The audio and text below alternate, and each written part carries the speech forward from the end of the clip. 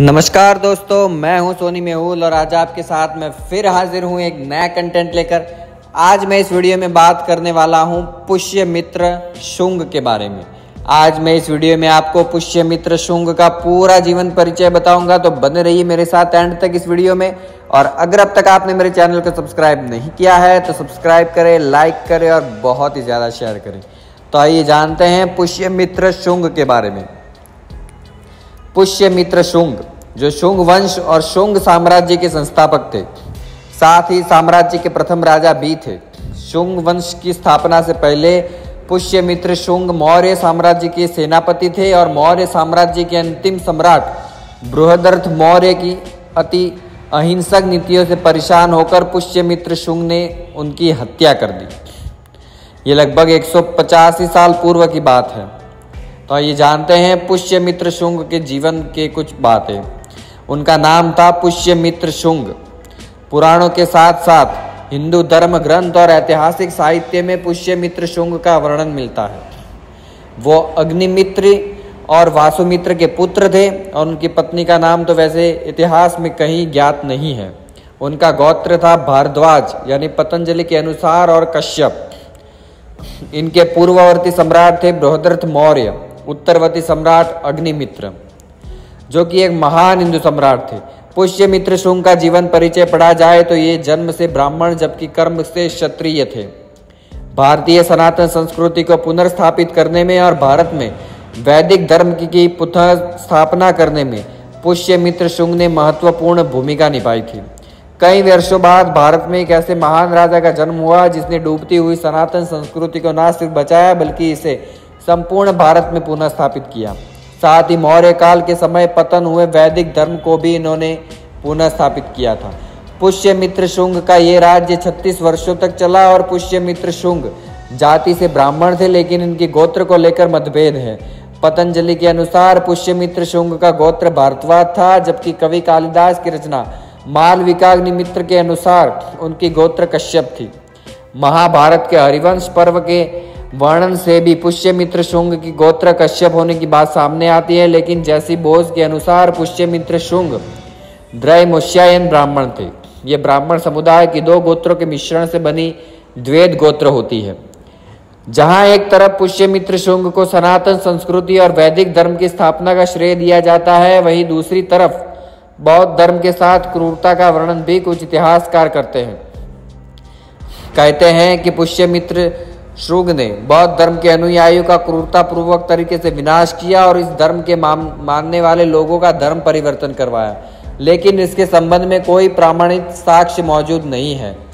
मौर्य साम्राज्य के अंतिम सम्राट बृहदर्थ ने राजा बनते समय वैदिक परंपरा के अनुसार प्रतिज्ञा ली थी कि उनका पालन करने में असफल रहा।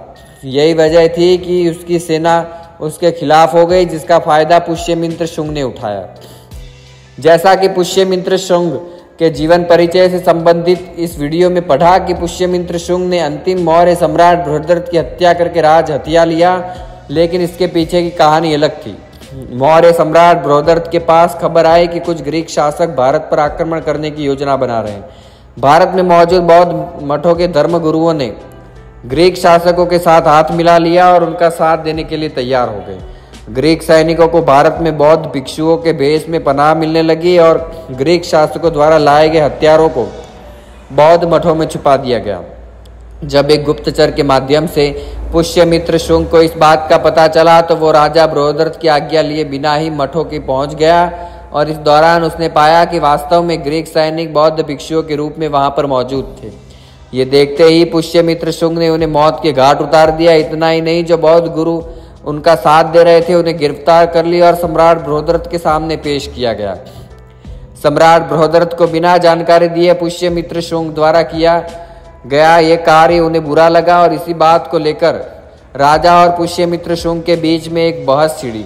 इसी बहस के दौरान राजा बृहदर्थ ने पुष्यमित्र शुंग पर हमला कर दिया और सेनापति पुष्यमित्र शुंग ने इस हमले का जोरदार जवाब दिया और अंतिम मौर्य सम्राट बृहदर्थ को मौत के घाट उतार दिया। यहाँ पर इतिहासकारों में बृहदर्थ की मौत को लेकर थोड़ा संशय है। कुछ इतिहासकार यह भी मानते हैं कि राजा बृहदर्थ अपने दरबार में पुष्यमित्र शुंग को बुलाकर धोखे से उसकी हत्या करना चाहते थे, लेकिन ताकतवर सेनापति पुष्यमित्र शुंग ने दरबार में ही अंतिम मौर्य सम्राट बृहद्रथ को मार दिया। अब आइए जानते हैं पुष्यमित्र शुंग सम्राट कैसे बने। पुष्यमित्र शुंग देश प्रेमी होने के साथ साथ हिंदू सम्राट भी थे और उन्हें देश के प्रति गद्दारी बिल्कुल पसंद नहीं थी। मौर्य साम्राज्य के राजाओं ने हिंदू सनातन संस्कृति को बचाने के बजाय बौद्ध धर्म पर विशेष ध्यान दिया, जिसका फायदा विदेशी ताकतों ने उठाना चाहा। यही बात पुष्यमित्र शुंग को पसंद नहीं आई और उन्होंने अंतिम मौर्य सम्राट बृहद्रथ को मारकर उसकी सेना के खुद सम्राट बन गए।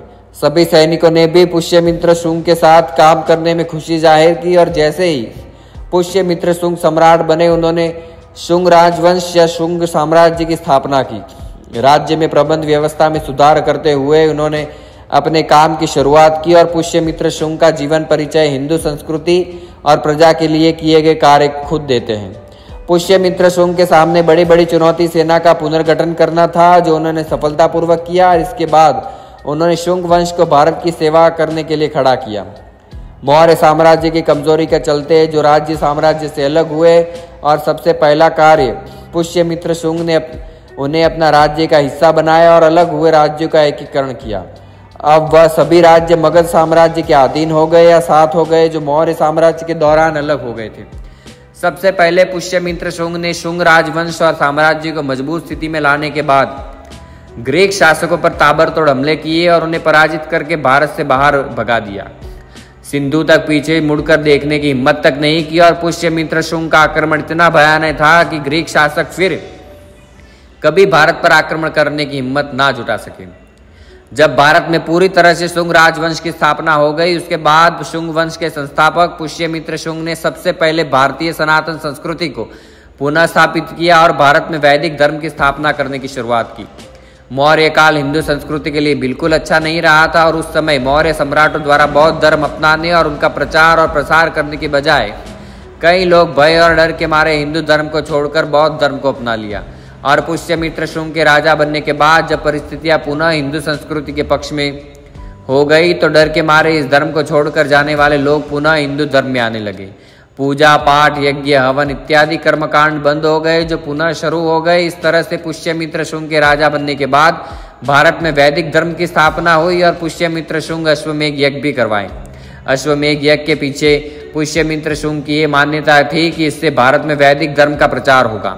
इसके कार्यकाल में संपूर्ण भारत का माहौल बदल गया और यही वह महत्वपूर्ण कार्य थे जो पुष्यमित्र शुंग के जीवन परिचय को बताते हैं। संपूर्ण भारतवर्ष में वैदिक धर्म की विजय पताका फहराने वाले शुंग वंश के संस्थापक पुष्यमित्र शुंग ने 36 वर्षों तक शासन किया। और वैसे शुंग वंश के संस्थापक पुष्यमित्र शुंग के अभिलेख पंजाब के जालंधर में मिले हैं और पुष्यमित्र शुंग के अभिलेख उसके राजा बनने से लेकर शासन प्रबंध और भारत में पुनः वैदिक धर्म की स्थापना के बारे में है।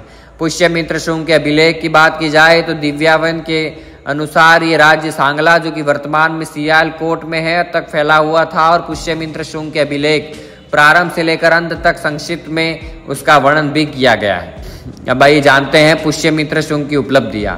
पुष्यमित्र शुंग की उपलब्धियां की बात की जाए तो भारत में सनातन संस्कृति और वैदिक धर्म की स्थापना मुख्य है।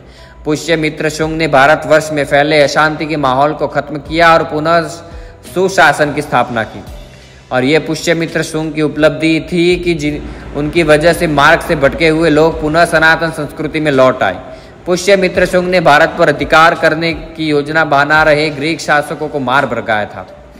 पुष्यमित्र शुंग ने शासन प्रबंध को संगठित और सुव्यवस्थित किया था और 2 बार अश्वमेघ यज्ञ को भी पुष्यमित्र शुंग की एक बड़ी उपलब्धि के तौर पर देखा जाता है। पुष्यमित्र शुंग ने हमारी संस्कृति और विरासत को बचाने और उसका विस्तार करने में महत्वपूर्ण भूमिका निभाई थी और यहीं पर पुष्यमित्र शुंग की उपलब्धियां खत्म नहीं होती है। पुष्यमित्र शुंग का साम्राज्य उत्तर में हिमालय से लेकर दक्षिण में बरात तक और पश्चिम में पंजाब से लेकर पूर्व में मगध तक फैला हुआ था। इसी बात से इसकी विशालता का पता लगाया जा सकता है। पुष्यमित्र शुंग न केवल मौर्य साम्राज्य के मध्यवर्ती विभाग को सुरक्षित रखने में सफल रहे, बल्कि जो राज्य अलग हो गए थे उनका भी पुनः एकीकरण किया। मौर्य साम्राज्य की तरह ही पुष्यमित्र शुंग की राजधानी भी पाटलिपुत्र थी। पुष्यमित्र शुंग के साम्राज्य में राजकुल के लोगों का या राजकुमार को राज्यपाल नियुक्त करने की परंपरा थी और पुष्यमित्र शुंग ने उसके पुत्रों को सहशासक के रूप में नियुक्ति दी। पुष्यमित्र शुंग के पुत्र अग्निमित्र को विदिशा के उपराजा के रूप में नियुक्ति मिली थी और धनदेव को कौशल का राज्यपाल बनाया गया और राजकुमार की सेना के संचालक थे। और पुष्यमित्र शुंग ने लगभग 36 वर्षों तक राज किया। इसके बाद सामान्य रूप से 149 ईस्वी ईसा पूर्व पुष्यमित्र शुंग की मृत्यु हो गई। तो दोस्तों आज हमने इस वीडियो में बात की पुष्यमित्र शुंग के बारे में। तो मुझे उम्मीद है ये वीडियो आपको बहुत पसंद आया होगा। तो पसंद आया तो लाइक करें, शेयर करें, सब्सक्राइब करें। तो मिलते हैं अगले नए कंटेंट के साथ, तब तक के लिए धन्यवाद।